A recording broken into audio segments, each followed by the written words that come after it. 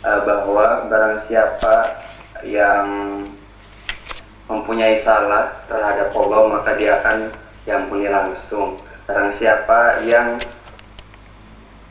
orang ini melukai manusia maka dia tidak akan dimaafkan oleh Allah sebelum manusia tersebut memaafkan orang tersebut.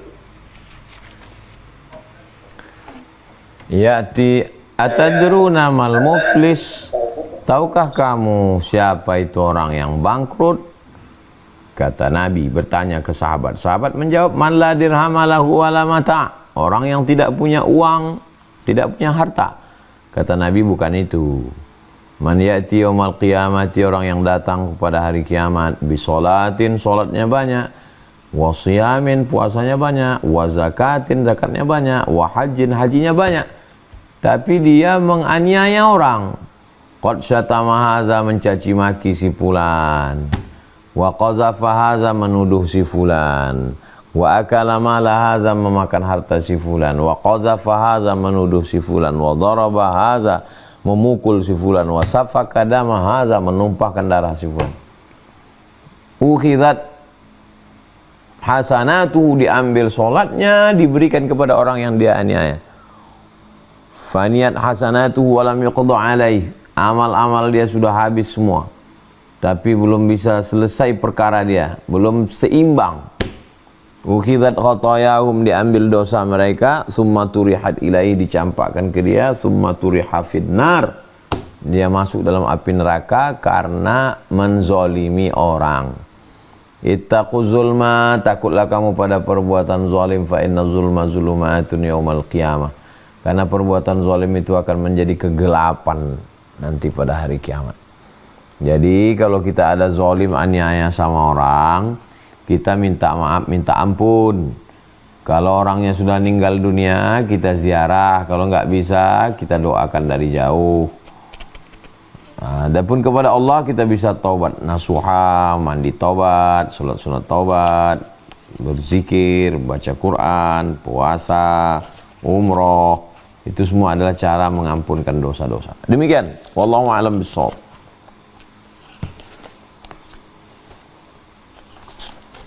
Baik, alhamdulillah.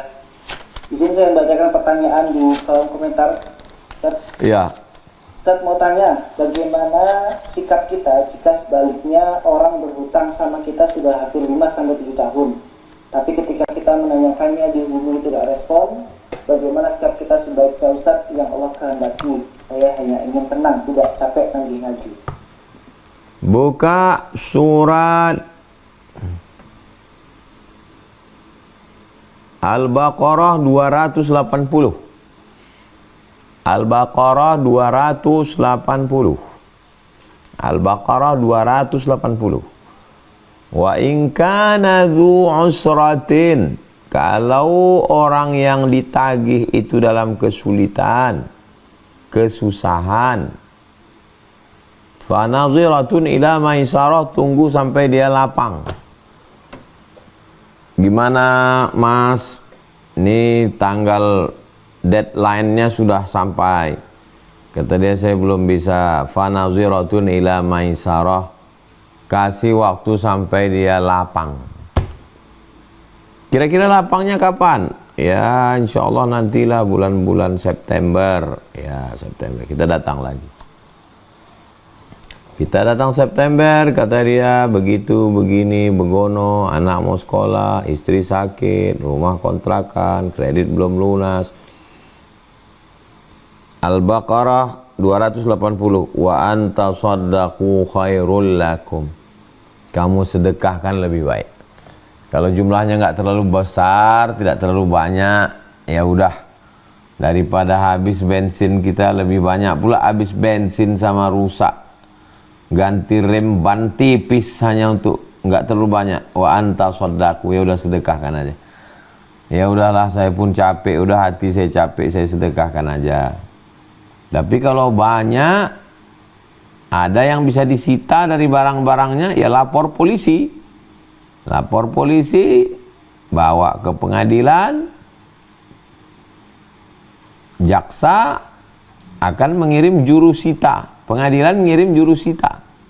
Jadi kalau 100 juta ya disitalah barang dia yang seharga 100 juta untuk bayar utang itu.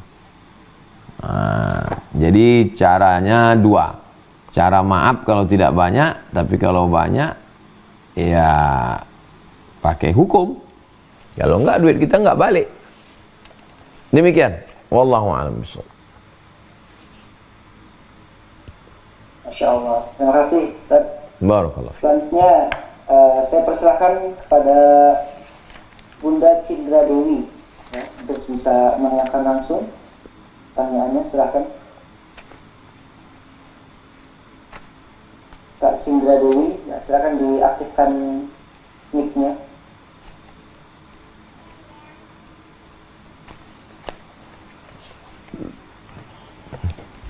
Masih belum aktif ya mic-nya Kak? Oh iya, silahkan. Udah. Ya.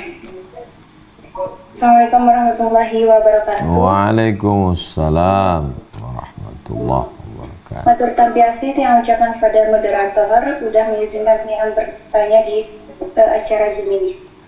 Izin bertanya Ustaz? Iya. Nah, semisalnya kan kita ini punya hutang ke orang. Iya. Sedangkan ini udah beberapa tahun yang lalu. Sedangkan orang itu juga lupa kalau kita itu udah minjem hutang ke dia. Apakah boleh caranya itu kita menyumbangkan gitu ke amal masjid atau ke anak yatim sesuai jumlahnya atau lebih dari jumlah tersebut? Kalau nggak salah, udah ini tiang tiang dengar boleh caranya begitu. Nah, cuman itu aja Ustaz. Sekian, Assalamualaikum warahmatullahi wabarakatuh. Waalaikumsalam warahmatullahi wabarakatuh. Saya tidak bisa bersedekah dengan uang orang lain. Ustadz dari mana? Saya dari masjid. Ngapain Ustadz? Saya sedekah. Sedekah dari mana? Saya sedekah pakai duit Bang Noval. Nggak bisa. Karena saya mesti bersedekah dengan uang saya yang memang milik saya. Jadi ketika saya punya utang sama orang lain 10.000, lalu kemudian ya udah 10.000 ini saya sedekahkan, ya nggak bisa, itu punya dia. Gimana kita sedekah punya orang? Ustadz, itu tanah saya wakafkan Pak Ustadz. Tanah siapa? Tanah orang. Ya nggak bisa. Jadi utang wajib dibayar. Tapi kalau orangnya tidak ada, sudah mati, meninggal dunia, anaknya nggak bayar ke ahli warisnya. Ahli warisnya nanti akan bagi itu. Ahli waris pun nggak ada, keluarga nggak ada, sebatang kara, istri meninggal. Kita datangi ke rumahnya, rupanya rumahnya pun sudah jadi ruko, dianya nggak ada. Maka kita ingat berapa utang kita ke dia. 100.000. Kita bawa duit 100.000 ini, kita serahkan ke masalih ammah, kepentingan umum. Pembangunan masjid, pembangunan pondok pesantren tahfiz Quran, panti jompo, panti yatim. Saya serahkan uang ini Pak. Niat saya bayar utang kepada almarhum yang saya nggak ketemu. Jadi niatnya tetap bukan niat sedekah, karena kita nggak bisa bersedekah pakai duit orang. Niatnya tetap niatnya bayar hutang. Hanya saja karena orangnya nggak ada, diberikan untuk masalih ammah, kepentingan umum. Masjid, pondok itu kepentingan umum, bukan kepentingan pribadi. Karena pada dasarnya kita ini satu kesatuan umat. Bayar ngutangnya kan sama si Anu, kok bayarnya ke si Anu? Hadhihi ummatukum ummatan wahidah. Ini adalah umat yang satu, sama-sama umat Nabi Muhammad SAW. Dan kita sudah berusaha nyari nggak ketemu, maka kita bayarkan ke masalih ammah, kepentingan umum. Demikian, wallahu a'lam bishawab.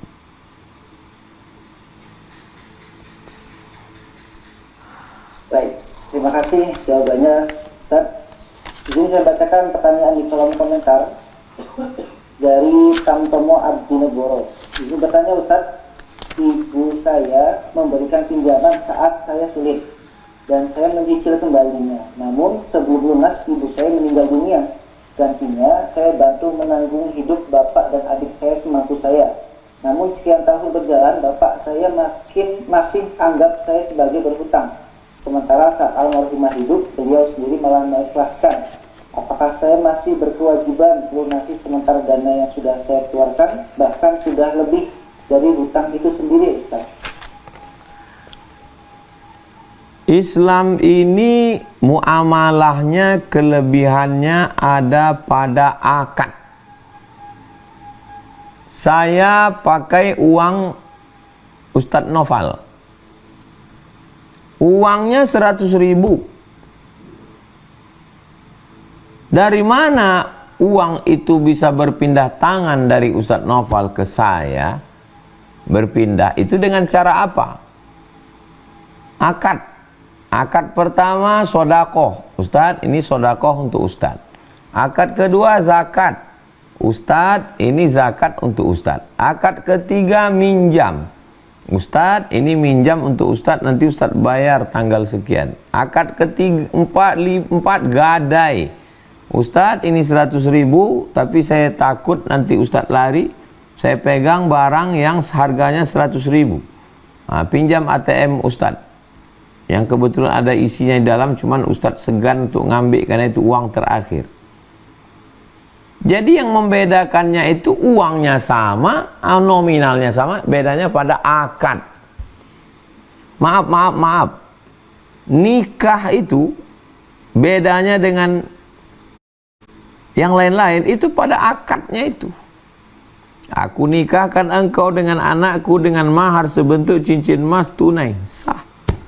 Akad. Maka jangan salah pada akad. Walaupun dengan istri, walaupun dengan anak, walaupun dengan ayah, walaupun dengan kawan, harus jelas akad. Ini aku kasih uang ke kamu ya,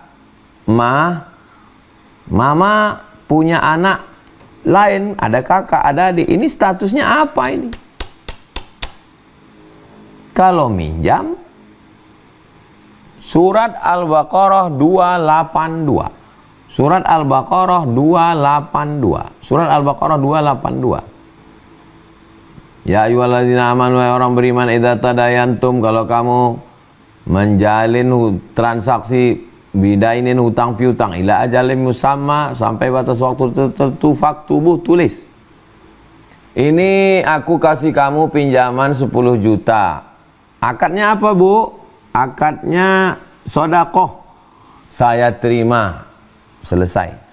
Utang katanya. Oh, mesti tulis. Wastashhidu syahidaini min rijalikum, 2 orang saksi laki-laki. Fa illam yakuna rajulaini, kalau enggak ada 2 orang laki-laki, fa rajulun, 1 orang laki-laki, wa imra'atani, 2 orang perempuan. Utang. Ketika mau dibayar, akad lagi. Saya bayar hutang saya 10 juta tunai. Saya terima, sah. Kenapa terjadi konflik ini? Gara-gara akad. Menurut si anak, dia sudah bayar hutang. Karena ibunya nggak mau dibayar. Kata ibunya, ya udah anggap lunas. Menurut si bapak, kamu belum bayar hutang. Iya, tapi saya kan selama ini ngasih makan papa. Iya, itu sedekah kamu, bakti kamu sebagai anak. Utang kamu kan belum bayar. Islam datang untuk menjaga 5. Hifzuddin, jaga agama. Hifzul mal, jaga harta. Hifzul arad, jaga kehormatan. Hifzul akal, jaga akal. Hifzul mal, jaga harta. Termasuklah menjaga hubungan baik ini, menjaga dunia alam semesta. Ini contohnya rusak. Gara-gara apa? Gara-gara akad tidak jelas. Si ibu mengatakan udah lunas. Tapi si bapak mengatakan belum, kamu belum bayar utang. Terus yang saya berikan selama ini itu bukan utang, itu baktimu pada saya. Jadi tolong jangan hanya karena keluarga lalu lupa. Tulis dengan baik. Islam mengajarkan tertib administrasi. Waktu Al-Quran turun, sahabat Nabi yang bisa nulis cuma 40 orang. Sahabat Nabi begitu ramai, yang bisa nulis 40 orang. Dan ayat yang turun adalah nyuruh nulis hutang. Apa maknanya itu? Maknanya amat sangat penting. Putus silaturahim gara-gara apa? Hutang. Gak mau ngaji ke masjid gara-gara apa? Hutang. Gak mau sowan silaturahim datang Idul Fitri, Idul Adha gara-gara apa? Hutang. Putus semua gara-gara hutang. Persahabatan hilang gara-gara hutang. Jadi tolong akadnya diluruskan lagi. Demikian Bang Noval.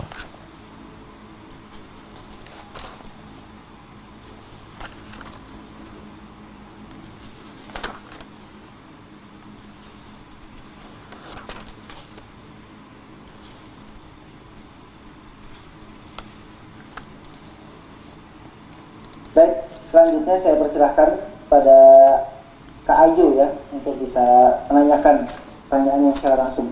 Silakan Kak Ayu. Assalamualaikum warahmatullahi wabarakatuh. Waalaikumsalam warahmatullahi wabarakatuh. Pak Ustadz, mohon maaf pertanyaannya di luar tema karena kebetulan dari minggu kemarin ingin bertanya. Pak Ustadz, saya memiliki dua orang tua yang berbeda. Orang tua kandung saya sudah lama almarhum. Bapak saya mempunyai dua orang istri. Satu istrinya sudah dia ceraikan, ditalak juga dengan secaranya. Nah, istri yang keduanya, dia tidak menalak, tapi istri yang kedua ini adalah istri yang ibu yang saya sayangi.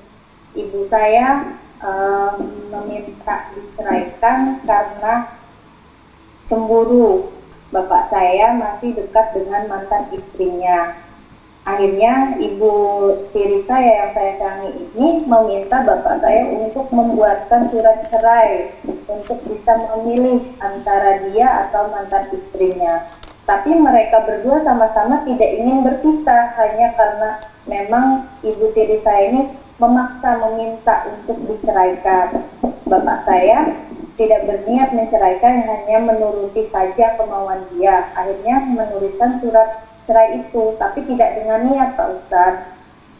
Karena maksud bapak saya, istri saya ini cuma sedang lagi marah saja. Gitu. Akhirnya tetap bapak saya pulang walaupun membuatkan surat itu ke rumah. Tapi ibu tiri saya jadi bertanya-tanya, meragukan kejelasan pernikahannya, sah atau tidak sahnya surat cerai yang bapak saya buat ini. Jadi dia meminta saran dan bertanya kepada saya untuk bisa mencari solusi, karena ada dua ustadz yang beranggapan bahwa yang satu sah talaknya, satu lagi tidak sah karena kinayah. Jadi mereka bingung harus memilih yang mana yang sebetulnya bisa dipegang gitu. Menurut Ustadz baiknya seperti apa? Mohon bantuannya Pak Ustadz. Tulis kronologis ini dengan poin 1, poin 2, poin 3, poin 4, detail.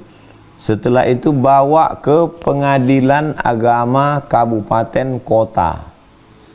Nanti hakim akan menjatuhkan putusan. Berdasarkan laporan yang kami baca, maka hakim menjatuhkan talak berapa. Setelah hakim menjatuhkan talak, keputusan, lalu pengadilan agama mengeluarkan akta cerai. Itulah yang menjadi pegangan laki-laki dan perempuan. Kalau bertanya ke ustadz, makin banyak ustadz yang ditanya, makin pusing. Itu udah ada 2 ustadz, nanti ke saya 3, ke Ustadz Noval 4, ke Ustadz Firdaus 5, ke Ustadz Lukman 6, Ustadz EN 7, 4 kalian bertikai, 4 tuh nanti melaga ustadznya. Ibu tiri ini punya ustadz, ibu ini punya ustadz, bapak ini punya ustadz, anak punya ustadz, dilaganya semua ustadz ini. Tulis kronologisnya, bawa ke pengadilan agama kabupaten kota, hakim akan menjatuhkan keputusan. Itu namanya al-qadhi yarfa'ul khilaf. Al-qadhi hakim yarfa'ul khilaf, mengangkat khilaf. Siapapun yang bertanya ke saya tentang suami yang menjatuhkan talak, kata istrinya tidak jatuh, kata istri jatuh, kata suami tak jatuh, kata suami jatuh 2, kata istri jatuh 1, kata suami jatuh 3, kata istri jatuh 2. Saya suruh ke pengadilan. Itu solusi secepatnya. Ya, kalau di kan apa, ibu tiri saya yang kedua ini kan nikahnya tiri Pak Ustadz, tidak punya buku nikah. Diisbat nikah dulu. Isbat nikah di kantor KUA. Setelah diisbat nikah keluar suratnya, baru dilaporkan kronologis tadi ke pengadilan. Kalau tidak nanti kalian tak selesai-selesai, mati dalam keadaan masalah. Iya, betul. Besok pagi pergi ke pengadilan agama. Kalau tak ada surat nikah, diisbat dulu ke kantor KUA. Baik Pak Ustadz, Ya. terima kasih. Barakallahu fikum. Assalamualaikum. Waalaikumsalam. Assalamualaikum warahmatullahi wabarakatuh. Baik, alhamdulillah izin membacakan pertanyaan di kolom komentar dari Kak Anita Pekanbaru. Assalamualaikum Ustadz, suami punya hutang yang cukup banyak, sekitar 35 juta. Ketika saya itu kami masih suami istri. Sekarang sudah bercerai, namun hutang belum juga dibayar. Pertanyaannya, tanggung jawab siapakah hutang tersebut? Saya atau mantan suami? Ada hutang personal sendiri, ada hutang keluarga, ada hutang kolektif perusahaan. Kalau hutang perusahaan, maka yang bertanggung jawab adalah direktur, pemegang saham, semua. Kalau dia hutang rumah tangga, yang bertanggung jawab adalah suami dan istri. Makanya ada pembagian harta gono gini dan ada pembagian hutang piutang berapa persen. Makanya yang membubuhkan tanda tangan lagi-lagi akadnya. Akad itu ada hitam di atas putih, ada saksi. Mana suratnya kemarin? Tak ada surat, gimana orang mau nuntut ke pengadilan? Kata ini bukan duit aku, udah aku tak ada makai, itu dia yang makai. Kata si suami. Suami nggak mau mengakui. Makanya Islam ini agama yang turun di gurun pasir, nggak ada kertas, nggak ada penulis.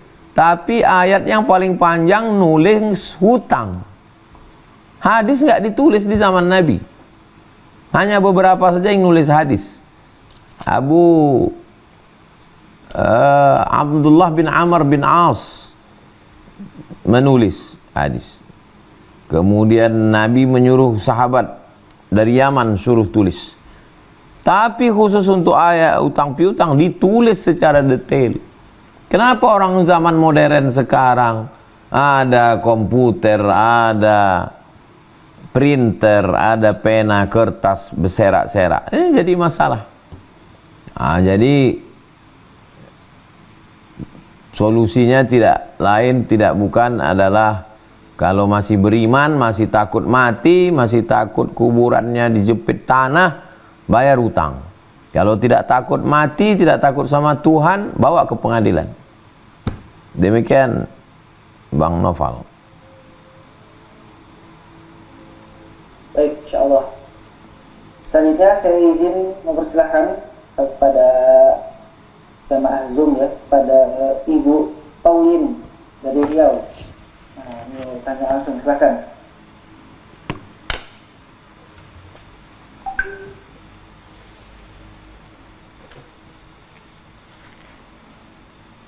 Halo, Assalamualaikum Assalamualaikum warahmatullahi wabarakatuh. Waalaikumsalam warahmatullahi wabarakatuh. Makasih Ustaz Muhammad. Ini ada pertanyaan tentang hutang. Yang pertama, bagaimana tanggung jawab mayit? Sebenarnya mayit tidak bertanggung jawab. Maksudnya jika ada hutang yang belum selesai, biasanya kan orang meninggal, nanti para anak-anak atau keluarga akan mengatakan, kalau kalian punya hutang silahkan hubungi kami. Nah, seandainya si mayit hutangnya tidak tertulis atau keluarga tidak tahu menahu, sementara dia dengan orang yang berhutang belum menagih-nagih yang tempat dia berhutang. Nah, sampai akhirat atau gimana Ustaz? Jadi apakah hukumnya seperti itu? Yang kedua, di dalam bank syariah sekarang kan sudah banyak bank syariah untuk orang fasilitas namanya pembiayaan. Nah, apakah bank syariah itu semuanya aman dari riba, sementara mereka punya pengawas syariahnya gitu? Apakah orang muslim masih boleh untuk menggunakan pembiayaan tersebut di bank-bank syariah yang memiliki itu? Dan saya menanyakan juga tentang akad musyarakah mutanakisah, yaitu akad multiguna pada bank syariah. Apakah itu menurut Ustadz juga boleh digunakan? Artinya banyak jenisnya dan salah satunya itu yaitu multiguna, sehingga orang atau nasabah bisa menggunakan akad tersebut untuk membeli dengan menyicil dengan akad pembiayaan tersebut. Itu saja, terima kasih. Assalamualaikum warahmatullahi wabarakatuh. Min ba'di wasiyatin, ahli waris baru boleh membagi harta warisan. Min ba'di wasiyatin, setelah dikeluarkan wasiat, tidak boleh lebih dari 1/3 total harta. Wasiat untuk masjid, wasiat untuk orang, wasiat untuk pondok, keluarkan dulu. Tapi wasiatnya tak boleh lebih dari 1/3 hari total. Kalau total harta 1 miliar, wasiatnya hanya boleh 333 juta. Di atas itu, yang dikeluarkan hanya 333. Setelah dikeluarkan wasiat, min ba'di wasiyati yusi biha audain, bayarkan utangnya. Bayarkan utang semua. Kalau ahli waris yang orang yang dipinjami uangnya itu tidak ada, sudah mati, maka dibayarkan kepada masalih ammah, kepentingan umum. Masjid, panti jompo, panti yatim, pondok pesantren, pendidikan agama, serahkan. Ini kami bayarkan hutang kepada almarhum Fulan bin Fulan, sudah kami cari, orangnya tidak ada, keluarganya tak ada, ini kami niatnya, akadnya bayar hutang. Begitu caranya. Dah selesai pertanyaan pertama. Yang kedua, apakah produk dana talangan dari bank syariah dan musyarakah itu halal? Bank Syariah Indonesia, BSI, Bank Riau Kepri Syariah, semua bank syariah baru boleh beroperasi kalau ada Dewan Pengawas Syariah, DPS. DPS itu baru bisa diangkat di bank setelah dia punya SIM yang dikeluarkan dari Jakarta, yang mengeluarkannya DSN, Dewan Syariah Nasional. Dewan Syariah Nasional mengeluarkan SIM, orang ini layak jadi DPS. Lalu bank mengangkat dia, dialah yang mengontrol itu semua. Maka semua produk yang dikeluarkan oleh Bank Muamalat, Bank Syariah Indonesia, HSBC Syariah, BCA Syariah, Bank Riau Kepri Syariah, Bank Syariah Indonesia, semua produk itu sudah lewat seleksi dari Dewan Syariah Nasional. Semua yang terkait dengan ekonomi syariah ini, yang mengeluarkannya bukan Kemenak, bukan MUI, tapi lembaga khusus namanya Dewan Syariah Nasional. Pengawasnya di bank namanya Dewan Pengawas Syariah. Jadi tidak ada produk haram yang bisa beredar di Indonesia. Kalau ada bank yang mengeluarkan produk haram, dia bisa dipidana, ditangkap, melanggar hukum. Demikian. Jadi dana talangan, musyarakah, murabahah, mudharabah, wakalah, apapun nama produknya itu semua halal secara syar'i dalam praktek muamalah di Indonesia. Wallahu a'lam bishawab. Ustaz, maaf yang pertama tadi Ustaz, tentang hutang. Jadi maksudnya si mayit punya hutang dengan orang, tapi tidak tertulis, sehingga keluarga tidak tahu si mayit punya hutang. Nah, dan yang orang tempat dia berhutang nggak nagih-nagih gitu. Jadi apakah hukum bagi mayit tadi, apakah itu tetap dosa besar sementara si penagih tidak datang, keluarga tidak tahu menahu hutang itu karena tidak tertulis atau tidak diberitahukan, kayak gitu Ustaz? Si pemberi pinjaman tidak tahu, tidak menagih. Yang berhutang ini juga sudah mati, tidak ada menulis. Dari mana orang bisa tahu dia punya hutang?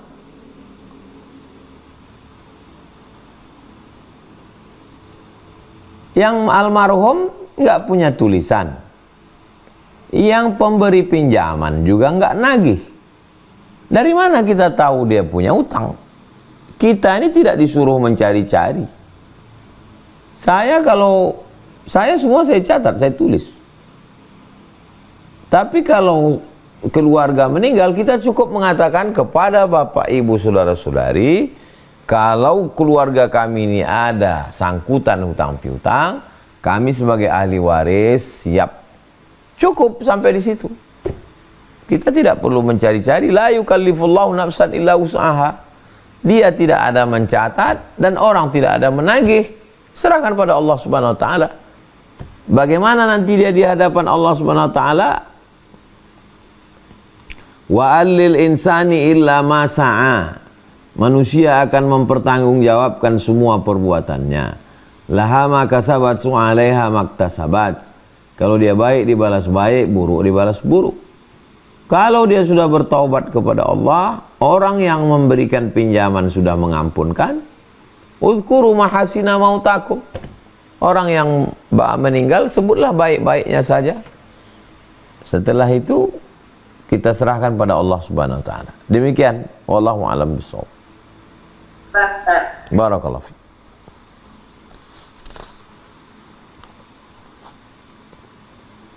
Alhamdulillah, insyaallah. Izin membacakan pertanyaan di kolom komentar Ustaz. Ya. Dari Aini, Tangerang Selatan.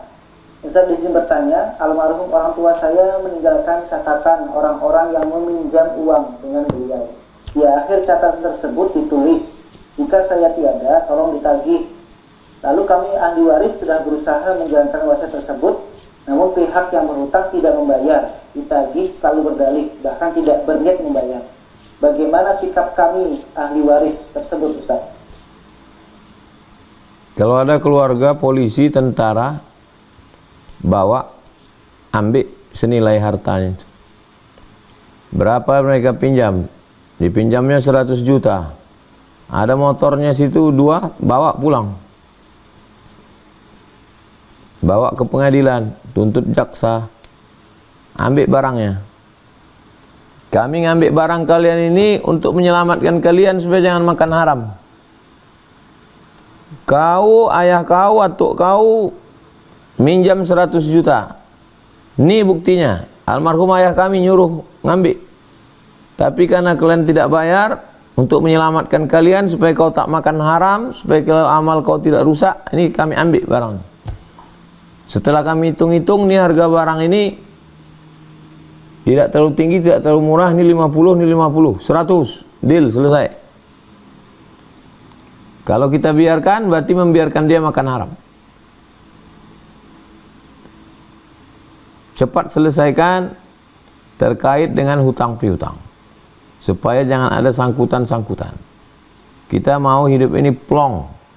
Kalau tidak, tertahan dia di hati kita, sangkut.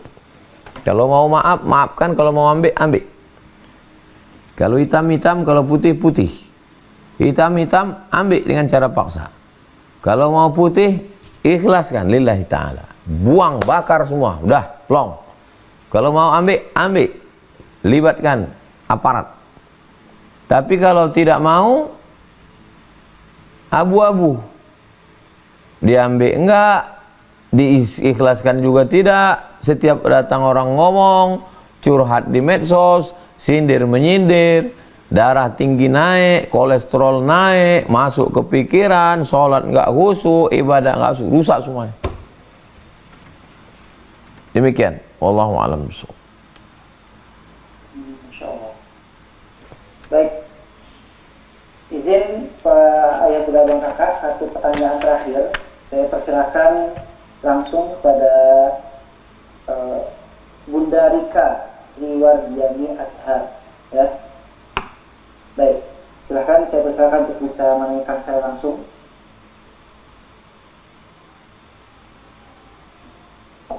Alhamdulillah. Assalamualaikum Ustaz. Waalaikumsalam. Itu tema ya Ustaz. Ustaz, bagaimana cara menyikapi sikap atasan yang selalu mencari kesalahan kita dan bersikap tidak adil? Jika si A yang jelas-jelas melakukan kesalahan tidak dibalas dan tidak ditegur. Jika saya yang melakukan kesalahan langsung dibalas itu. Kemudian sama halnya ketika saya menyampaikan apa kendala yang terjadi di saya, atasan saya diam dan tidak mau dengar. Tapi giliran direktur yang sudah turun tangan dan menangkap ada sidap dan dianggap itu sebagai suatu kendala, baru langsung ditindaklanjuti sama atasan saya. Kemudian yang kedua Ustaz, apakah boleh menyebut nama seseorang dan berharap dia menjadi jodoh saya? Itu saja Ustaz, terima kasih. Kalau bekerja di kantor perusahaan, pasti di sana ada komisaris, ada pemegang saham, ada atasan, ada pengawas, lapor. Jangan diam. Islam ini bukan agama maaf. Islam ini agama yang ada hukumnya. Islam ini yang seimbang antara reward, punishment dengan maaf. Seimbang antara akhlak dengan hukum. Ayat-ayat itu lebih banyak bicara tentang hukum. Makanya kalau kita ngaji, pertanyaannya banyak fikih, hukum. Nah, jadi kalau dia di pegawai Pemprov, Pemda, Pemko, itu ada wali kota, ada bupati, ada DPRD, ada kepala dinas, ada inspektorat jenderal. Kita lapor semua. Saya jamaah-jamaah yang melapor ke saya, mana buktinya? Saya bilang. Saya setiap Rabu banyak orang mengadu-ngadu ke saya, mana bukti? Saya antarkan ke Polda sekarang. Saya antarkan ke Kajati sekarang, saya bilang. Saya antarkan ke, ada atasan, maka jangan diam. Saya ajarkan ke anak saya, ke ponakan saya, ke santri, jangan diam kalau dibuli. Dari anak-anak kecil, dari Sami, dari Hazik, jangan diam kalau dibuli. Melawan. Kalau saya berikan pengarahan kepada pengajian perempuan, kakak-kakak, ibu-ibu, kalian jangan diam.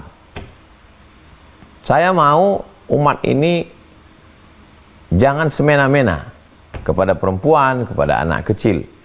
Nah, ini tentang lapor ke atasan. Atasan punya atasan lagi. No viral, no justice. Viralkan. Kenapa mesti takut? Pertanyaan yang kedua, tentang menyebut orang. Nabi menyebut orang. Allahumma a'izzal islama bi'umarain. Ya Allah, kuatkan Islam ini dengan dua Umar. Umar bin Khattab dan Umar bin Hisham. Kuatkan Islam ini dengan dua Umar. Umar bin Khattab dan Umar bin Hisham. Umar bin Khattab masuk Islam. Umar bin Hisham tidak masuk Islam. Umar bin Hisham Abu Jahal. Boleh menyebut nama orang untuk menolong agama Allah, menolong agama. Kalau aku menikah dengan orang ini, insya Allah dia soleh, dia bisa jadi imamku, tolong agamaku dengan orang ini ya Allah. Aku husnuzon. Itu dalil tentang menyebut nama. Demikian, wallahu a'lam. Alhamdulillah. Kiat lunas hutang. Yang pertama, surat At-Talaq ayat yang keempat. A'udzubillahi minasyaitonir rajim. Wa may yattaqillaha yaj'al lahu min amrihi yusra. Ditanamkan itu di dalam hati. Wa may yattaqillaha yaj'al lahu min amrihi yusra. Wa may yattaqillaha yaj'al lahu min amrihi yusra. Siapa yang bertakwa kepada Allah, maka dimudahkan Allah urusannya. Tidak ada urusan yang lebih sulit daripada menghadapi hutang. Menghadapi orang banyak, orang nuntut, orang minta, malu pada tetangga, malu sama keluarga. Sempit dunia. Maka yang pertama kita minta sama Allah supaya dimudahkannya. Nah, Allah berjanji, wa may yattaqillaha yaj'al lahu min amrihi yusra. Siapa yang takut kepada Allah, maka dimudahkan Allah. Termasuklah urusan hutangnya ini dimudahkan Allah SWT. Mudah pikirannya bekerja, mudah hatinya lapang, mudah cari rezekinya, mudah bayar hutangnya. Bukan berarti mudah di sini lalu kemudian kita jadi lupa, goyang-goyang kaki, selonjoran, bukan itu maksudnya. Dimudahkan Allah supaya kita bisa membayar hutang, itu maksudnya. Dan Allah itu kalau sudah berjanji, innaka la tukhliful mi'ad. Allah tidak ingkar janji. Syarat yang pertama, wa may yattaqillaha yaj'al lahu min amrihi yusra. Siapa yang bertakwa kepada Allah, janji Allah, yaj'al lahu min amrihi yusra, dijadikan Allah urusannya mudah. Apa itu takwa? Secara bahasa takut sama Allah. Secara istilah melaksanakan perintah Allah, menjauhi larangan Allah. Yang sebelumnya mungkin lupa, lalai, silap, khilaf, salah, taubat, sholat, jangan tinggal, kemudian kembali ke jalan Allah, hijrah. Tak ada jalan lain. Mau pakai narkoba, mau merampok, mau, tidak ada jalan lain. Ujung-ujungnya nanti, karena ini terkait dengan hak orang, maka jalan lain, satu-satunya jalan adalah kembali ke jalan Allah. Wa may yattaqillaha yaj'al lahu min amrihi yusra. Poin yang kedua, surat At-Talaq ayat 2 dan 3. Wa may yattaqillaha yaj'al lahu makhraja. Kalau bertakwa kepada Allah, diberikan Allah makhraj, exit. Diberikan Allah jalan keluar. Dia kalau kita udah buntu, itu gelap dunia ini. Bisa pergi ke dapur bawa perang panjang, bisa silap, bisa khilaf, bisa orang, bisa membakar orang, bisa menghabisi orang. Tapi kalau janji Allah ni, wa may yattaqillah, siapa yang takwa kepada Allah, yaj'al lahu makhraja. Diberikan Allah makhraj, jalan keluar. Nampak jalan keluar itu. Ini solusinya kata Allah. Oh, Allah yang mengirimkannya. Wahyu sudah tak ada lagi, melalui ilham. Dibisikkan ke dalam hati, ini jalan keluar. Tak ada yang sulit bagi Allah. Innama amruhu idza arada syai'an ayyaqula lahu kun fayakun. Lapang dada, terbuka pintu hati pikiran, semangat, tidak down. Jadi memang yang diperbaiki itu bukan keluar, bukan eksternal, internalnya, di dalam ini dulu diperbaiki. Kalau kita sudah kuat, sudah yakin, baru kita bisa menghadapi orang. Gimana kita mau menghadapi orang kalau mental kita down? Sebelum menghadapi orang, ngisap ganja dulu, biar supaya mabuk-mabuk. Sakau dulu, mau sampai kapan? Lari, kejar polisi. Jadi di dalam diri itu dikuatkan dulu sehingga kuat untuk menghadapi orang. Dikasih Allah jalan keluar, solusi. Lalu kemudian wa yarzuqhu min haitsu la yahtasib, diberi Allah rezeki dari jalan yang tidak disangka-sangka. Nggak tahu, kita ada aja jalannya. Di luar nalar, di luar pikiran kita. Ya, bagi Allah Ta'ala apalah susahnya itu. Mendatangkan orang, mendatangkan makhluk, mendatangkan harta, mendatangkan. Dia kumpulkan. Nih. Berikutnya yang ketiga. Pertama, takwa dimudahkan Allah. Yang kedua, takwa dijadikan Allah jalan solusi dan dikasih rezeki. Yang ketiga, wa may yatawakkal 'ala Allah fahuwa hasbuh. Kalau ini diserahkan sama Allah, fahuwa hasbuh, cukuplah Allah yang ngurus. Ya Allah, aku sudah nggak tahu lagi nih. Ini kayaknya mati nih. Kuserahkanlah semuanya kepada Engkau ya Allah. La haula wa la quwata illa billah. Wa may yatawakkal 'ala Allah fahuwa hasbuh. Siapa yang bertawakal kepada Allah, maka Allah lah yang akan mencukupkannya. Apa kata Syekh Muhammad Mutawalli Asy'arawi? Ketika semua dunia meninggalkanmu, kawan, teman, sahabat, saudara, andai tolan, jiran, tetangga, alma mater, sesuku, sebangsa, ketika tidak ada satupun yang menolong, berarti saat itu Allah ingin mengatakan, aku yang akan menolongmu dan aku tidak mau ditolong orang lain. Ketika saudara lari, kawan pergi, mungkin juga suami ditinggalkan istri, istri tinggalkan suami, sebatang kara, anak-anak cabut semua karena dalam keadaan susah.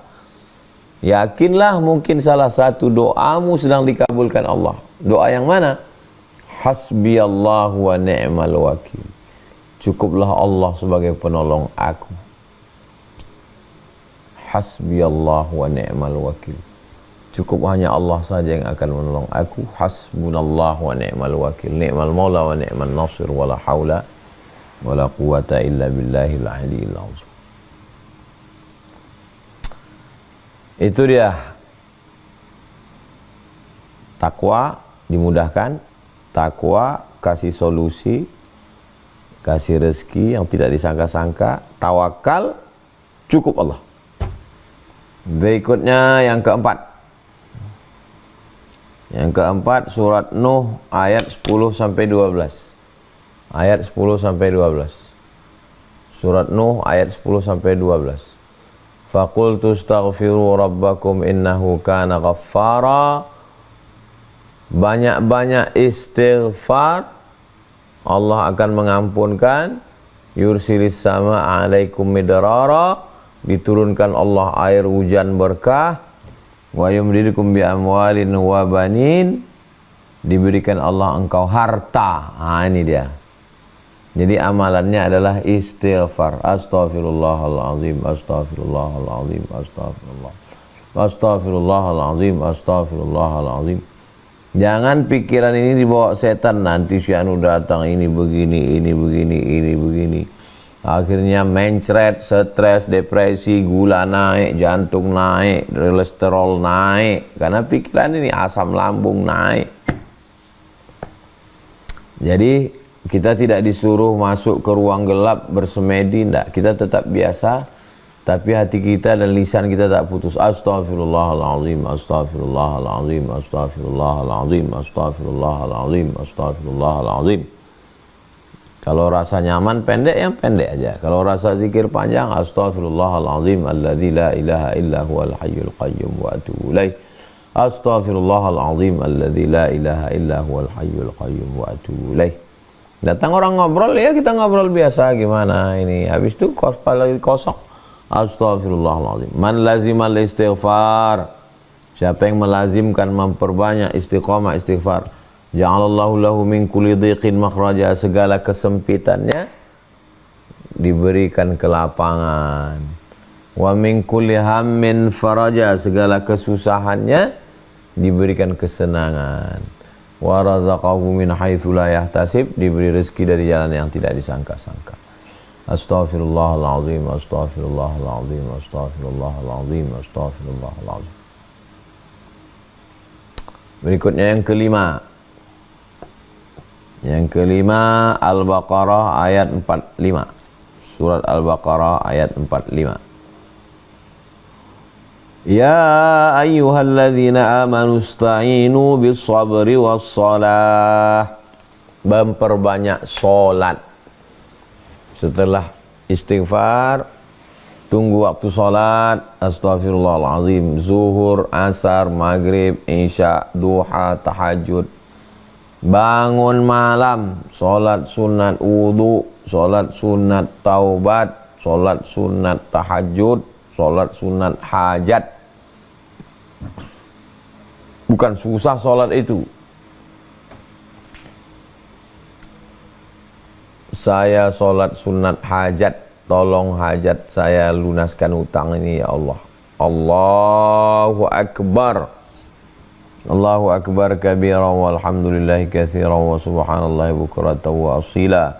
Wajjahtu wajhiya alladzi fatara as-samawati wal arda hanifan musliman wa ma ana minal musyrikin.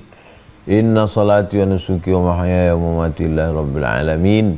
La syarika lahu wa bidzalika umirtu wa ana minal muslimin. A'udzu billahi minasyaitonir rajim. Bismillahirrahmanirrahim. Alhamdulillahi rabbil alamin arrahmanir rahim maliki yaumiddin. Iyyaka na'budu wa iyyaka nasta'in. Shiratal mustaqim, shiratal ladzina an'amta 'alaihim ghairil maghdubi 'alaihim waladdallin. Amin. Bismillahirrahmanirrahim. Qul huwallahu ahadun illahus samad lam yalid wa lam yulad wa lam yakul lahu kufuwan ahad. Allahu akbar.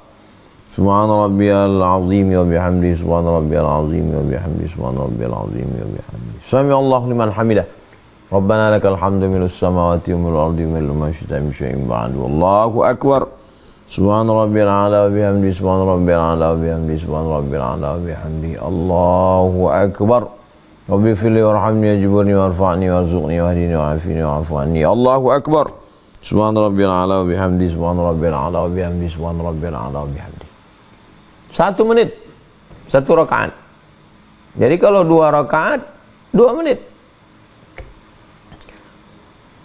Salat sunat wudu 2 rakaat, salat sunat taubat 2 rakaat, salat sunat tahajud 2 rakaat, tambah lagi 4 rakaat, tambah lagi 6 rakaat, tambah lagi 8 rakaat, salat sunat hajat 2 rakaat, salat sunat witir 3 rakaat. Ringan. Yang bilang berat itu setan. Asyaitanu ya'idukumul faqra. Setan membisikkan kamu kurang banyak duit, utang sana lagi, gali lubang, tutup lubang, kecanduan. Di jalan Allah, ya Allah menjaga hati kita. Ihfazillaha, kau jaga agama Allah ini, yahfazka, Allah menjagamu. Jadi banyak-banyak salat. Yang keenam, man ahabba yubsata lahu fi rizqihi wa yunsa'a lahu fi atharihi. Siapa yang mau dibukakan pintu rezeki, panjang umur berkah, falyasil rahimahu, hadis sahih Bukhari. Hendaklah dia menyambung tali silaturahim. Sambung tali silaturahim. Jangan mengurung diri dalam rumah, malu jumpa orang, stres, depresi, kencing dalam celana, mendengar suara motor, ketakutan. Silaturahim ke orang-orang yang kira-kira kalau kita dekat dengan dia, hati kita rasa lapang. Jangan silaturahim ke orang yang resek, yang ganggu kita, merusak pikiran kita. Saya kalau silaturahim dengan orang ini kayaknya hati saya lapang. Ada itu kita cerita itu meluapkan, memuntahkan semua yang ada beban pikiran kita. Cerita kita begini. Habis itu kita pulang lapang hati kita. Makanya kalau ada orang datang cerita ke saya, ya saya dengar aja. Sebenarnya dia mau cerita, nggak tahu mau kemana diceritakan. Ya ceritakannya ke saya, ya saya dengar aja. Bisa jadi mungkin ada peluang, mungkin dia nggak nolong, orang lain nolong, mungkin dia nggak mampu tapi kenalan dia mampu. Ya itu bagian dari ikhtiar kita.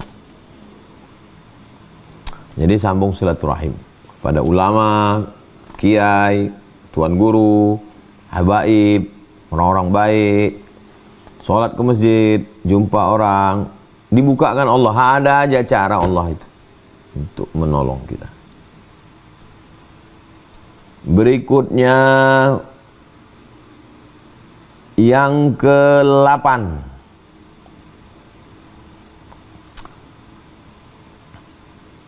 Yang ke-8 hadis riwayat dalam HR Ahmad, dalam Musnad Ahmad bin Hanbal.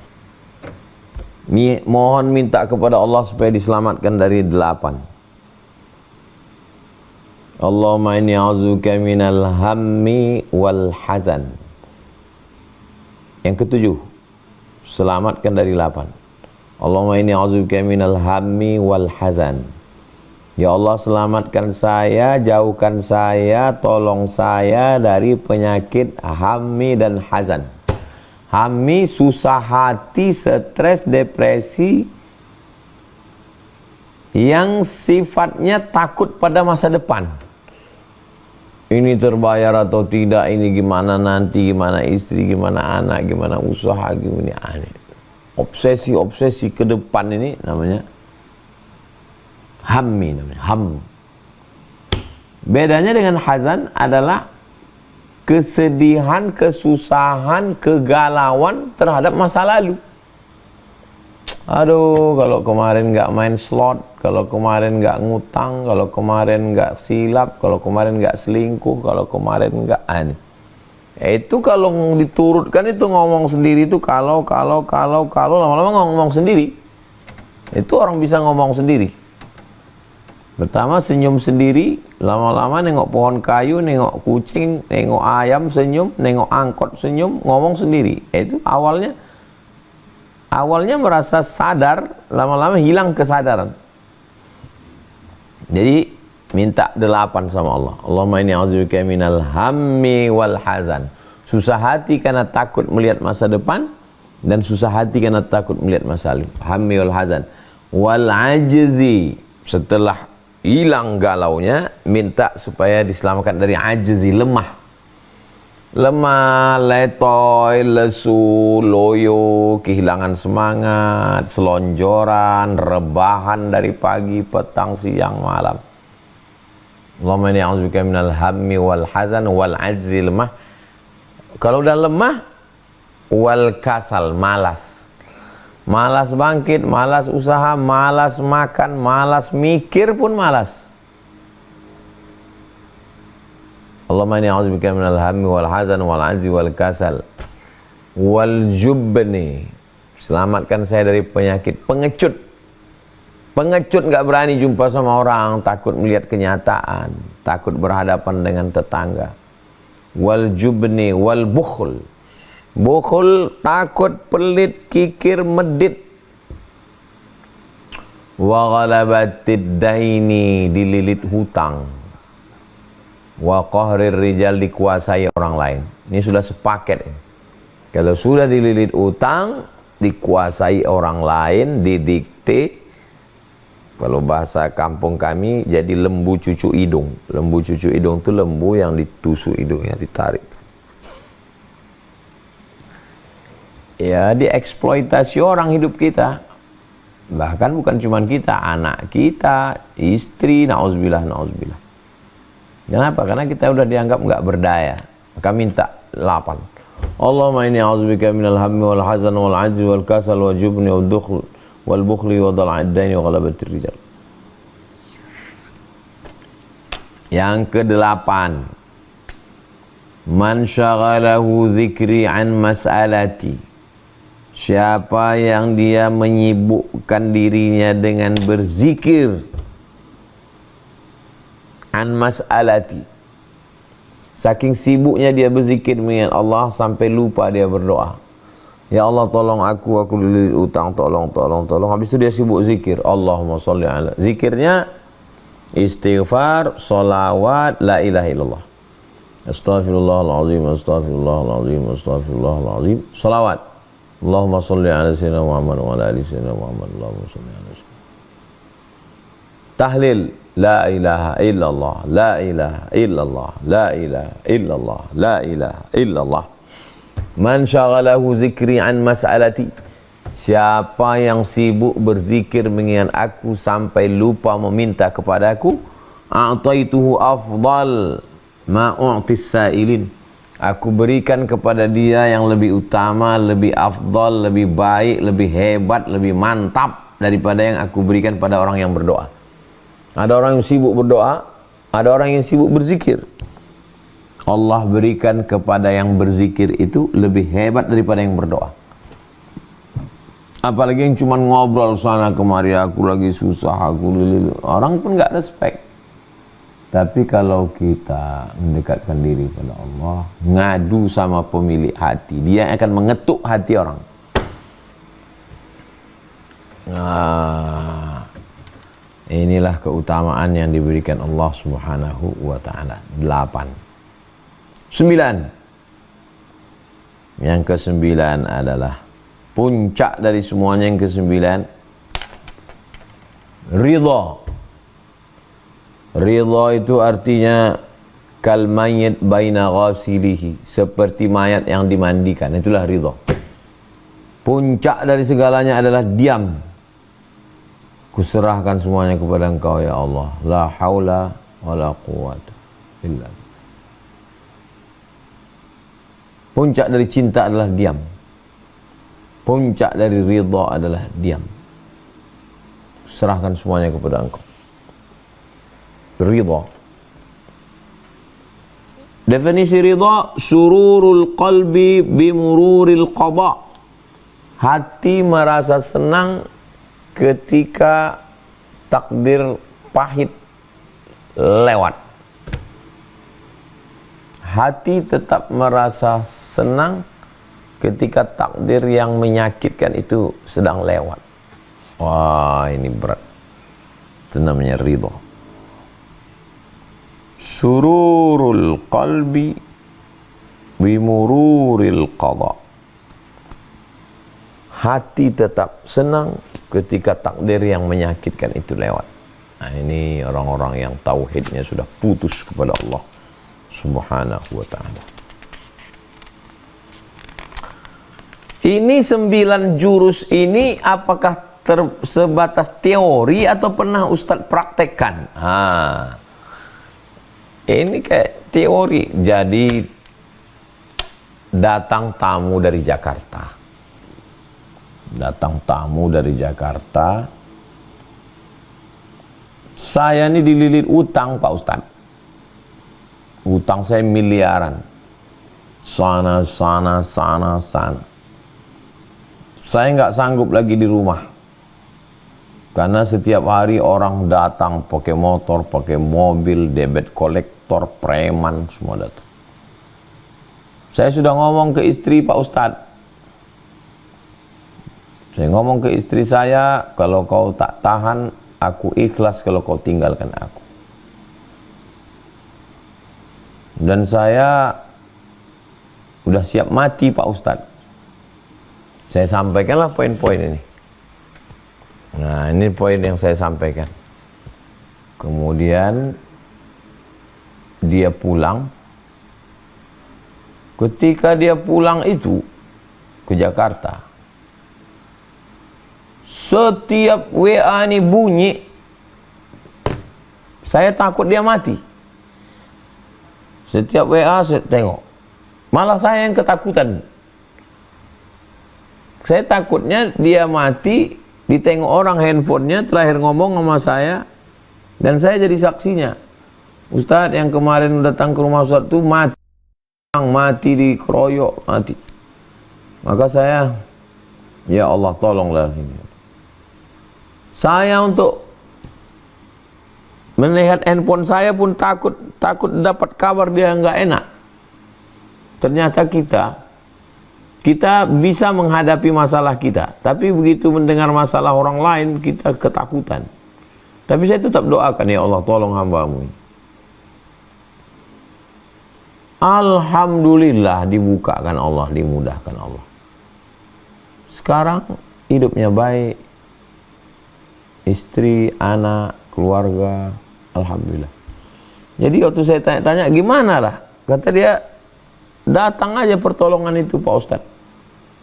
Adalah orang nolong, ada yang ini, ada minta bantu ini. Akhirnya lunas semua. Malah duitnya banyak sekarang. Jadi memang kenapa saya dijumpakan Allah itu kenapa saya selalu kali dijumpakan Allah sama orang-orang susah. Dan hidup saya pun susah. Supaya ketika saya mendengar orang susah itu masuk ke hati saya, karena saya pernah mengalaminya. Dan beberapa orang yang datang itu super sulit. Supaya kau Abdul Somad yakin untuk menyampaikan bahwa yang kau ceritakan ini bukan teori, tapi true story, real, kisah nyata terjadi di dunia ini. Nah, betul, makanya saya waktu menyampaikan ini yakin saya. Nah, itulah 9 poin kita amalkan. Mudah-mudahan dilepaskan Allah Subhanahu wa taala dari hutang piutang. Demikian Bang Noval, kita kembali